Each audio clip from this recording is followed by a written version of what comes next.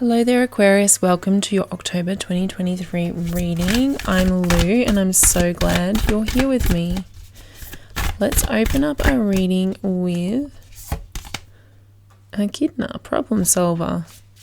This card's come out a few times now for a few different signs, and I think this is thanks to the Libra eclipse that's happening. There's a solar eclipse happening on the 14th of October. With the solar eclipse, there's always new beginnings, fresh starts, but this one, particularly because it's the first eclipse in this new eclipse cycle, this eclipse cycle that's starting in Libra and Aries, and so it is a fresh start, which means it's bringing fresh new solutions. It's bringing solutions to problems. The other thing that's happening on the 22nd, Venus and Jupiter will be making really positive aspect, and that's important because Jupiter brings solutions, brings blessings and miracles to overcome all odds kinds of energy. Now with Venus and Jupiter are both benefic planets in astrology, and so they bring really, really positive results. So they're the best planets for positive results. So when they come together in this most harmonious type of aspect, so a trine, in that way there's like miracle solutions to problems. I think that that's why this Echidna card is coming out so much. So that's all happening. The Libra eclipse is happening in your 9th house, so we're in Libra season this month, and that's your 9th house energy, and we have that eclipse in your 9th house starting a new cycle of eclipses in your 9th house and 3rd house. So we're looking at your mindset, we're looking at your thought patterns, your thought habits, the meaning you apply, the lens you view life through, so your perspective. So the problems or the solutions, the problem solving or that you do this month could be an adjustment of your mindset, an adjustment of your perspective, an adjustment of your understanding of life, of the events, of whatever's going on for you. So that can come with that 9th house. It can come in the form of a teacher or a guru or a mentor or an influencer in some way that helps you to shift your perspective a little, gives you more wisdom, more understanding, more knowledge, so that you can adapt and apply a new meaning to the situation you're in. It could also come from foreign events, so foreign places, foreign people. Maybe you travel, maybe you meet somebody from another place that has a completely different life to you, a completely different perspective on life to you, and so you can start to adapt your own perspective by embedding and applying some of that, the new foreign perspective, into the way that you view life and the way that you see life. So that's the kind of solutions that can come up with that eclipse and with the 9th house season that we're in. There's another eclipse as well on October the 28th in Taurus in your 4th house. Now that eclipse is the last eclipse in the Taurus Scorpio cycle. It will close out that cycle. It's going to bring closure. It's going to bring finality to the situation, to whatever you've been going through. So the 4th house is an angular house. It's an important house in the chart. So this could have to do with your home, with your family, with your roots. It can be your physical residence. It can be the people who live in your house. It can be things from childhood. So especially with the eclipses there, it's got an emotive quality. The 4th house is the house of emotions. The moon is the planet of emotions. So this is really emotional eclipse. So it'll be closing, it'll be ending an emotional journey for you, Aquarius. There's an emotional journey maybe around where you're laying down your roots, where you belong, where you should be living, who you should be living with, who's in your family, that kind of stuff. So again, there's problems, there's solutions to any problems there that can help you to overcome any problems. So Jupiter is in the 4th house too. So that's another way that Jupiter Venus trine can benefit you, can bring solutions to problems to do with your home life.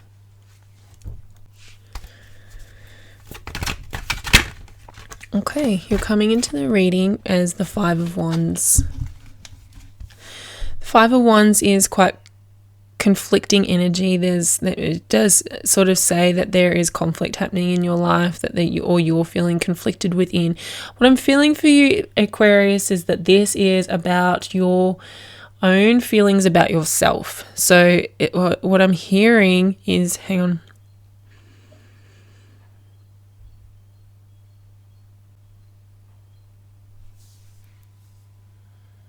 what they're telling me is that this is a wounded ego, Aquarius. So there's some sort of wounded ego that is overcompensating for deficiencies that you feel that you are carrying.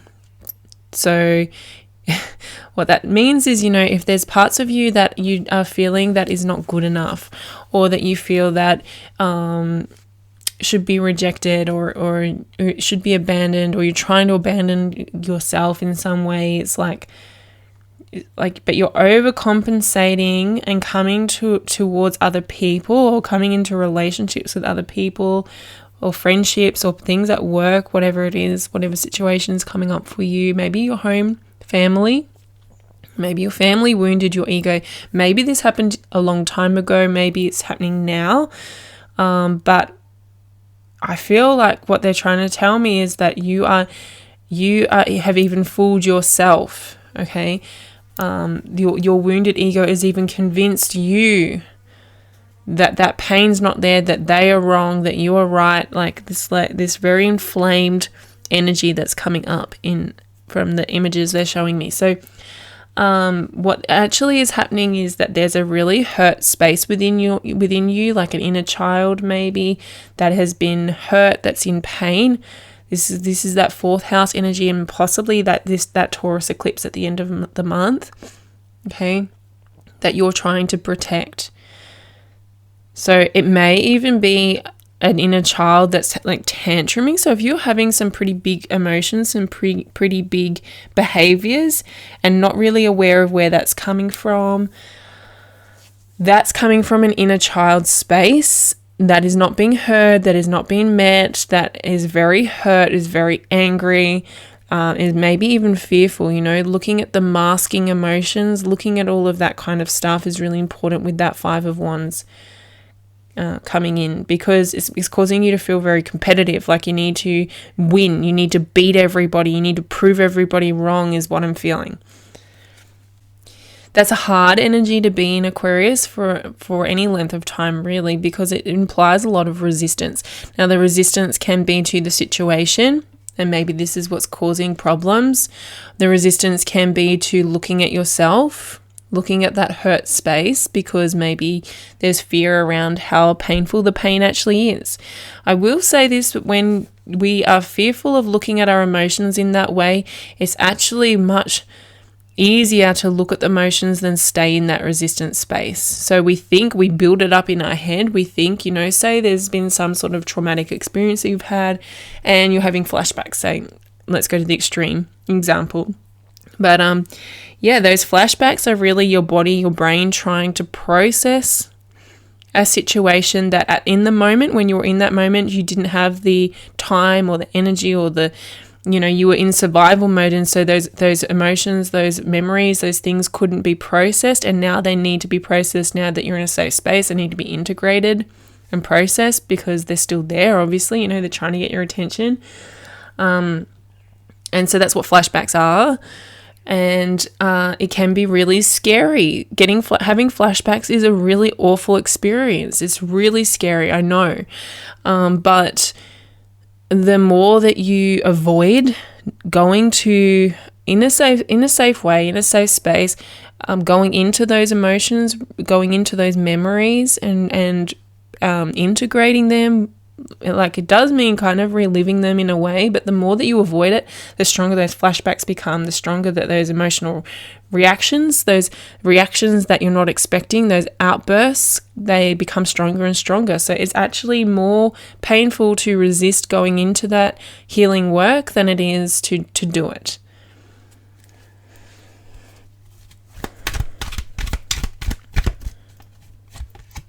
The universe needs you to be logical, to be rational, King of Swords, okay? The universe needs you to use your logical mind around this. Definitely if you're very reactionary, it means you're very emotional, okay? When we're reacting to situations, we are being emotional, and we're reacting from our emotions even if we don't want to admit that, So we may feel anger and think that it's other people's fault, be blaming other people, or blaming the situation or something like that. Well, that's an emotion. There's an emotion coming up. And so the universe needs you to detach a little bit from your emotions this month and use your logical, rational mind. So again, like I said, that process of going in and integrating any flashbacks, any traumas, any emotions that are coming up is a logical process. We use our mind to move into that space, and then we bring the emotions up with conscious awareness. King of Swords, conscious awareness. The king is the master of his mind. So he's the master of being conscious, of being deliberate with his thoughts, deliberate in applying thoughts to emotions and emotions to thoughts. Okay, so he's really good at that. He's really good at working things out in that on the intellectual level.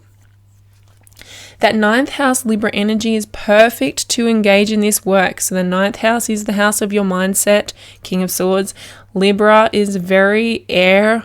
Libra is like ruled by the king, rules the King of Swords, sorry. So it's that air intellect, bringing that intellectual harmony. Libra is all about harmony as well. So you're bringing harmony and balance back to your thought patterns, to your thought habits, to the thoughts that you're thinking, so that you can sort of dissolve some of these emotional responses, some of these more intense emotional reactions.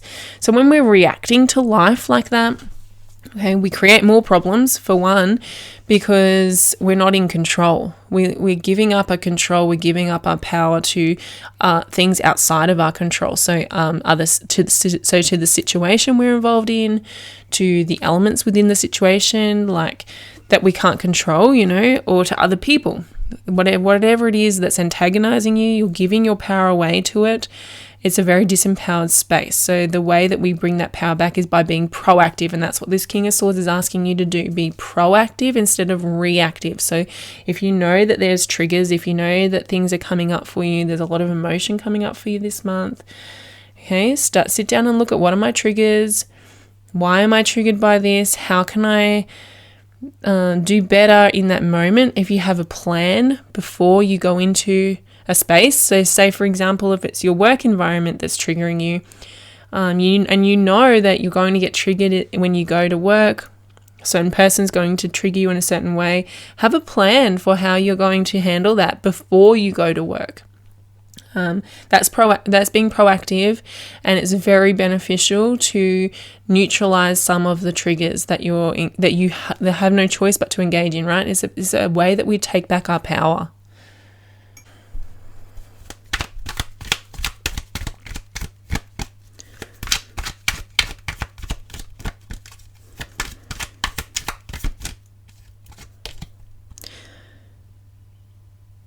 The environment card, we have the Empress. The Empress is very, very creative. So there's this opportunity to really express your creativity in the environment within what you're engaging in this month. Now, the Empress was also ruled by Venus. Now, Venus just completed a retrograde in Leo. So in your opposite sign, the sign of your relationships, your marriage partnerships, or your business partnerships, okay? Your one-on-one connections.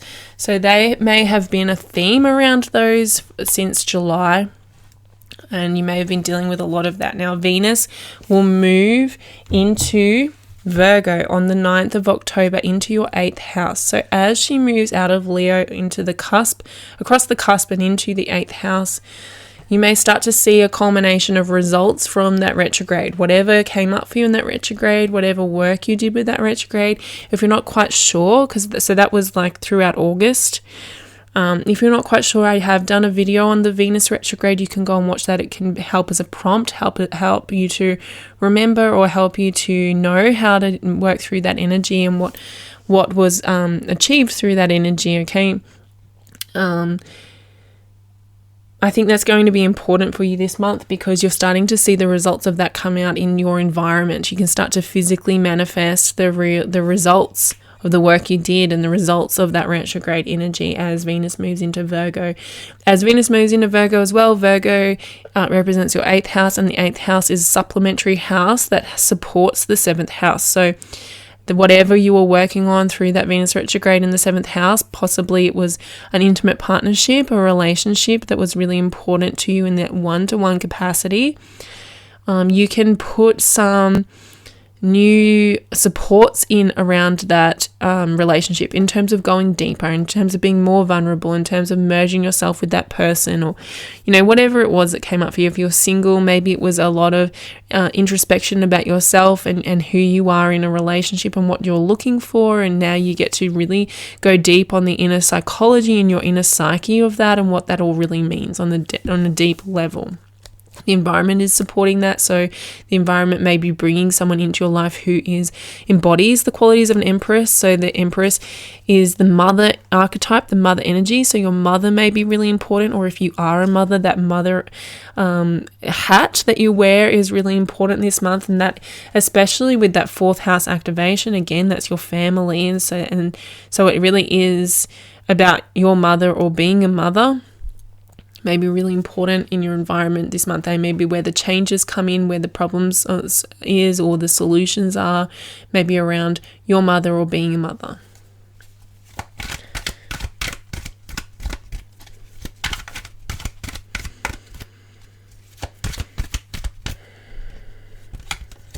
We have the Emperor, wow, and the 9 of Wands. So 2 counterparts here. So it really could be a soulmate contract, soulmate agreement, so like a twin flame type thing. With that Venus retrograde in the 7th house, that can be what it brings up. It can bring up problems within relationships, but it can also bring up solutions. It can bring people into our lives to have relationships with. So maybe you started a new relationship, and maybe that's what's really important to you this month. And with the context of the 5 of Wands there, maybe this is the person that you are really struggling with. You know, maybe that's the competitiveness is coming up. So like if you did just start a relationship with somebody, maybe as things move into the 8th house and you get more deep, the 8th house represents being vulnerable. So our vulnerability is and it is a requirement when we are going deep within a relationship that we open up and be vulnerable. Maybe you're in that space now where you're ready to do that, or where that's being called on, where you're being called on to be more vulnerable and go more deeply within. I like the 9 of Wands there with that to support that message, because it really shows that there's, through perseverance, you can get there. So maybe your ego is being a bit inflamed because you're being asked to be vulnerable. It may not be an intimate partnership. This could be a business partnership or a very close friendship. You know, there may be a need to be vulnerable, in your ego, or, you know, past traumas, past wounds are like, oh no, that is not safe. And that's why this like hurt inner child comes up and rears its ugly head. But with the 9 of Wands, it's really about persevering. It's about persistence. It's about continuing to try, continuing to overcome this, to continuing to use your logical mind, King of Swords, to rationalize, to talk through it with your partner, to talk through it with your inner child, to talk through it with yourself, to support yourself and nurture yourself through it too, and keep going. Don't give up was the message of the 9 of Wands. Alternatively, you know, this could be really about you stepping into your own power, taking control of the situation. Like I talked about earlier about being proactive. The Emperor is very proactive. He's very controlled. He has a lot of authority. So this may be stepping into your own authority. So on at the end of the month, we move into Scorpio season. Mars will move into Scorpio on the 12th. Mercury will move into Scorpio on the 22nd. And the Sun will move into Scorpio on the 24th. And then throughout November. And so that represents your 10th house, which is the house of authority figures. So you may be either coming up against an authority figure, clashing with an authority figure, or you are being asked to step into that space of authority, to step into that space and take leadership, take ownership. King of Swords, Emperor are both leaders, and the Empress, she's a leader too.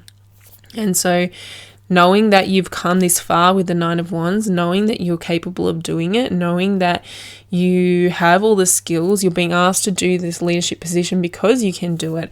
Maybe that's what this ego is coming up to is like this fear. Maybe there's some fear being covered up because you're being asked to step into a role where you need to be respected, and so maybe there's fear around that too, Aquarius.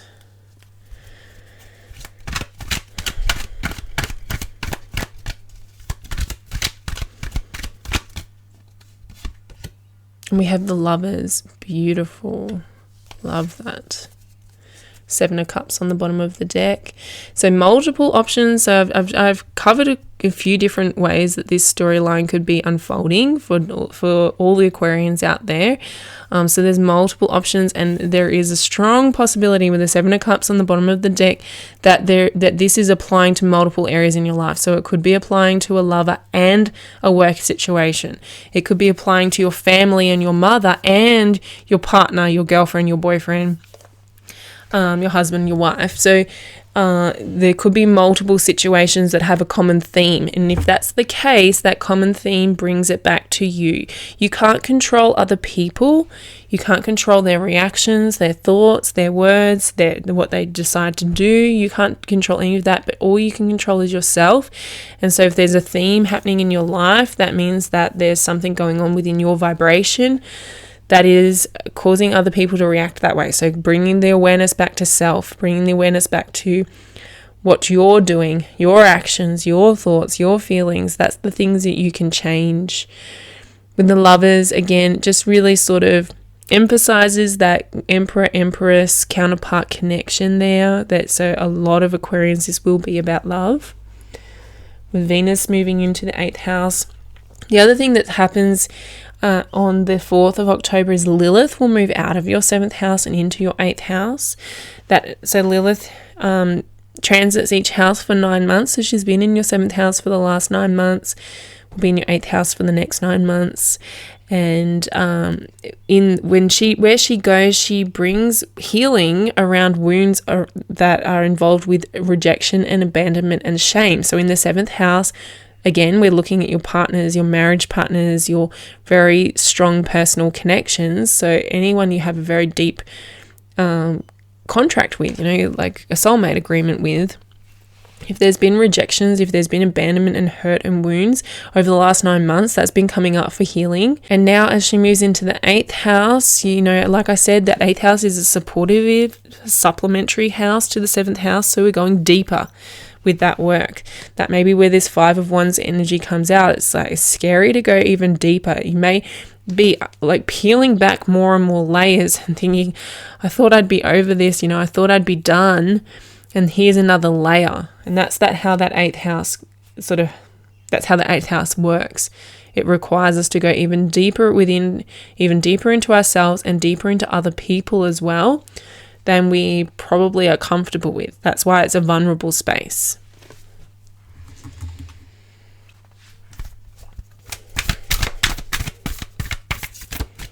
And the environment is mirroring to you personal power in action. 100%. This is what I've been talking about, your personal power. The other thing about the 8th house, it's a house of vulnerability, but it's also the house of personal power.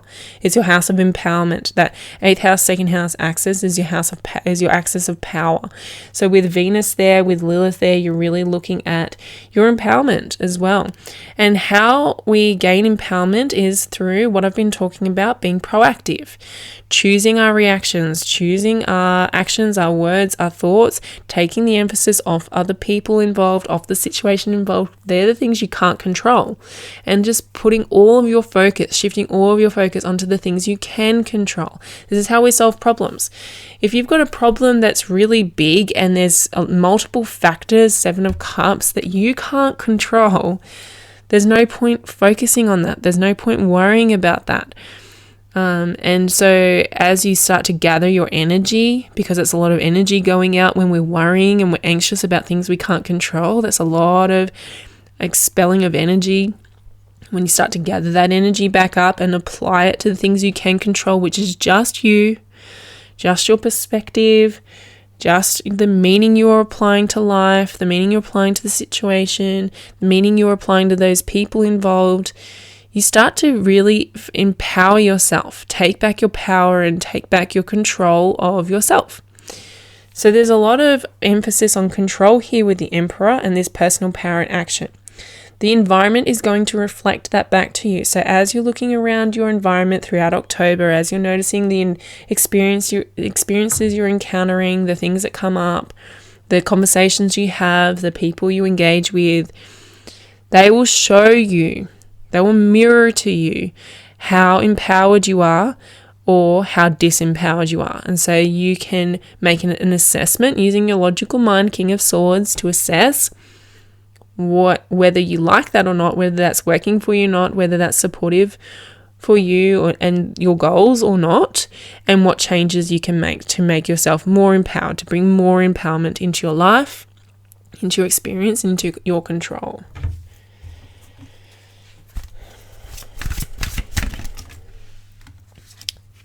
So surrender to what is, with the flow with what is instead of fighting it. When you can't change a situation, compassionately accepting it exactly as it will brings you, as it is, will bring you peace.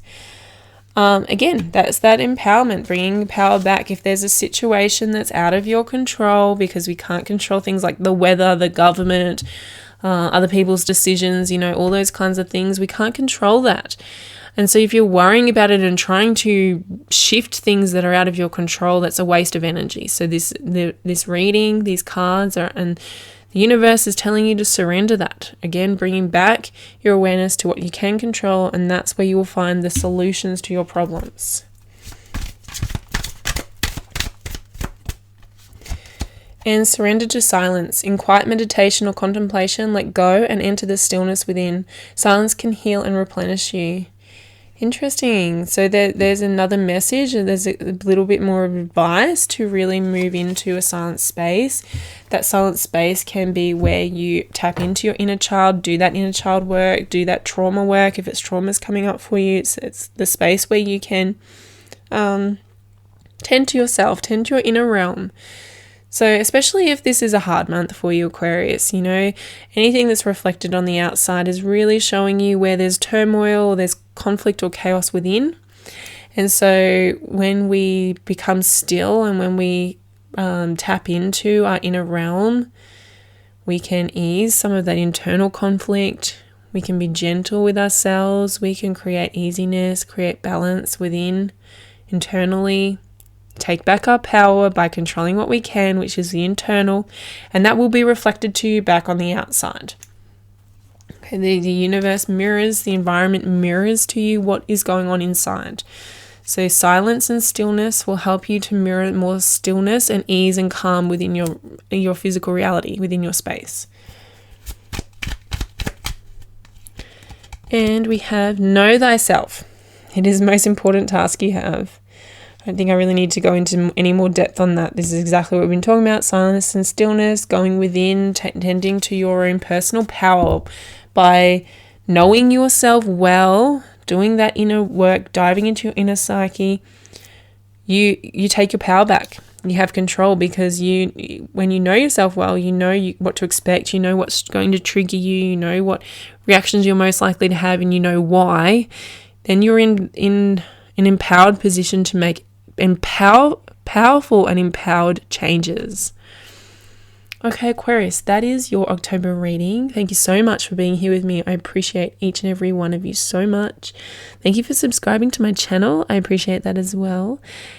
And I look forward to seeing you again next month. Take care.